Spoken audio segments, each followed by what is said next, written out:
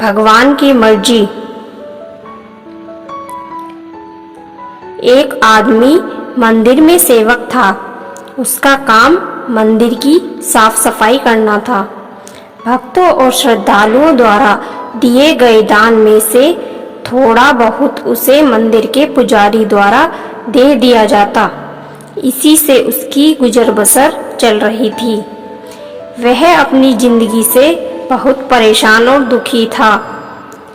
मंदिर में काम करते करते वह दिन भर अपनी जिंदगी को लेकर शिकायतें करता रहता। एक दिन शिकायत करते हुए वह भगवान से बोला, भगवान जी, आपकी जिंदगी कितनी आसान है। आपको बस एक जगह आराम से खड़े रहना होता है। मेरी जिंदगी को देखो, कितनी कठिन जिंदगी जी रहा हूं मैं। दिन भर कड़ी मेहनत करता हूं, तब कहीं जाकर 2 जून की रोटी नसीब हो पाती है। काश मेरी जिंदगी भी आपकी तरह होती। उसकी बात सुनकर भगवान बोले, तुम जैसा सोच रहे हो वैसा नहीं है। मेरी जगह रहना बिल्कुल आसान नहीं है। मुझे बहुत सारी चीजें देखनी पड़ती हैं, बहुत सी व्यवस्थाएं करनी पड़ती हैं। ये हर किसी के बस की बात नहीं है। भगवान जी, कैसी बात कर रहे हैं आप? आपका काम आसान ही तो है। आपकी तरह तो मैं भी दिन भर खड़े रह सकता हूँ। इसमें कौन सी बड़ी बात है? मंदिर का सेवक बोला, तुम नहीं कर पाओगे। इस काम में बहुत धैर्य की आवश्यकता होती है। भगवान बोले, मैं जरूर कर पाऊंगा। आप मुझे एक दिन अपनी जिंदगी जीने दीजिए। आप जैसा बताएंगे मैं वैसा ही करूंगा। मंदिर का सेवक जिद करने लगा। उसकी जिद के आगे भगवान मान गए और बोले, ठीक है, आज पूरा दिन तुम मेरी जिंदगी जियो और मैं तुम्हारी जिंदगी जीता हूँ। लेकिन मेरी जिंदगी जीने के लिए तुम्हें कुछ शर्तें माननी होंगी। मैं हर शर्त मानने को तैयार हूँ भगवान जी। सेवक बोला, ठीक है, तो ध्यान से सुनो। मंदिर में दिन भर बहुत से लोग आएंगे और तुमसे बहुत कुछ कहेंगे। कुछ तुम्हें अच्छा बोलेंगे तो कुछ बुरा। तुम्हें हर किसी की बात चुपचाप एक जगह मूर्ति की तरह खड़े रहकर धैर्य के साथ सुननी है और उन पर कोई प्रतिक्रिया नहीं देनी है। सेवक मान गया। भगवान और उसने अपनी जिंदगी एक दिन के लिए आपस में बदल ली। सेवक भगवान की जगह मूर्ति बनकर खड़ा हो गया। भगवान मंदिर की साफ सफाई का काम निपटाकर वहां से चले गए। कुछ समय बीतने के बाद मंदिर में एक धनी व्यापारी भगवान से प्रार्थना करते हुए बोला, भगवान जी, मैं एक नई फैक्ट्री डाल रहा हूँ। मुझे आशीर्वाद दीजिए कि यह फैक्ट्री अच्छी तरह चले और मैं इससे अच्छा मुनाफा कमाऊं। प्रार्थना करने के बाद वह प्रणाम करने के लिए नीचे झुका तो उसका बटुआ गिर गया। वह वहां से जाने लगा तो भगवान की जगह खड़े मंदिर के सेवक का मन हुआ कि उसे बता दे कि उसका बटुआ गिर गया है, लेकिन शर्त के अनुसार उसे चुप रहना था।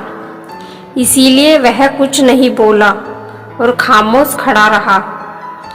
इसके तुरंत बाद एक गरीब आदमी वहां आया और वो भगवान से बोला, भगवान जी, बहुत गरीबी में जीवन काट रहा हूँ।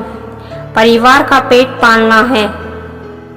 माँ की दवाई की व्यवस्था करनी है। समझ नहीं पा रहा हूँ कि इतना सब कैसे करूँ। आज देखो मेरे पास बस 1 रुपया है, इससे मैं क्या कर पाऊँगा। आप ही कुछ मदद कीजिए। प्रार्थना करने के बाद जैसे ही वह जाने को हुआ, उसे नीचे गिरा व्यापारी का बटुआ दिखाई दिया। उसने बटुआ उठा लिया और भगवान को धन्यवाद देते हुए बोला, भगवान जी आप धन्य हैं, आपने मेरी प्रार्थना इतनी जल्दी सुन ली। इन पैसों से मेरा परिवार कुछ दिन भोजन कर सकता है, माँ की दवाई की भी व्यवस्था हो जाएगी। भगवान को धन्यवाद देकर वह वहाँ से जाने लगा। तब भगवान बने मंदिर के सेवक का मन हुआ कि उसे बता दे कि वह बटुआ तो व्यापारी का है, उसे मैंने नहीं दिया है। वह जो कर रहा है वह चोरी है, लेकिन वह चुप रहने के लिए विवश था, इसीलिए मन मारकर चुपचाप खड़ा रहा। मंदिर में आने वाला तीसरा व्यक्ति एक नाविक था। वह 14 दिन के लिए समुद्री यात्रा पर जा रहा था। भगवान से उसने प्रार्थना की कि उसकी यात्रा सुरक्षित रहे और वह सकुशल वापस आ सके। वह प्रार्थना कर ही रहा था कि धनी व्यापारी वहां आ गया। वह अपने साथ पुलिस भी लेकर आया था। नाविक को देखकर वह पुलिस से बोला, मेरे बाद ये मंदिर में आया है, जरूर इसने ही मेरा बटुआ चुराया होगा, आप इसे गिरफ्तार कर लीजिए। पुलिस नाविक को पकड़कर ले जाने लगी। भगवान बने आदमी को अपने सामने होता हुआ ये अन्याय सहन नहीं हुआ। शर्त के अनुसार उसे चुप रहना था, लेकिन उसे लगा कि बहुत गलत हो चुका है। यदि अब मैं चुप रहा तो एक बेकसूर आदमी को व्यर्थ में ही सजा भुगतनी पड़ेगी। उसने अपनी चुप्पी तोड़ते हुए कहा, आप गलत व्यक्ति को पकड़कर ले जा रहे हैं। ये बटुआ इस नाविक ने नहीं, बल्कि इसके पहले आए गरीब व्यक्ति ने चुराया है। मैं भगवान हूँ और मैंने सब देखा है। पुलिस भगवान की बात कैसे नहीं मानती।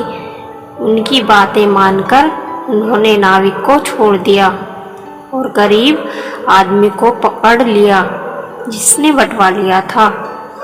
शाम को जब भगवान वापस आए तो मंदिर के सेवक ने पूरे दिन का वृत्तांत सुनाते हुए उन्हें गर्व के साथ बताया कि आज मैंने एक व्यक्ति के साथ अन्याय होने से रोका है। देखिए, आपकी ज़िंदगी जीकर आज मैंने कितना अच्छा काम किया है। उसकी बात सुनकर भगवान बोले, ये तुमने क्या किया? मैंने तुमसे कहा था कि चुपचाप मूर्ति बनकर खड़े रहना, लेकिन वैसा न कर तुमने मेरी पूरी योजना पर पानी फेर दिया।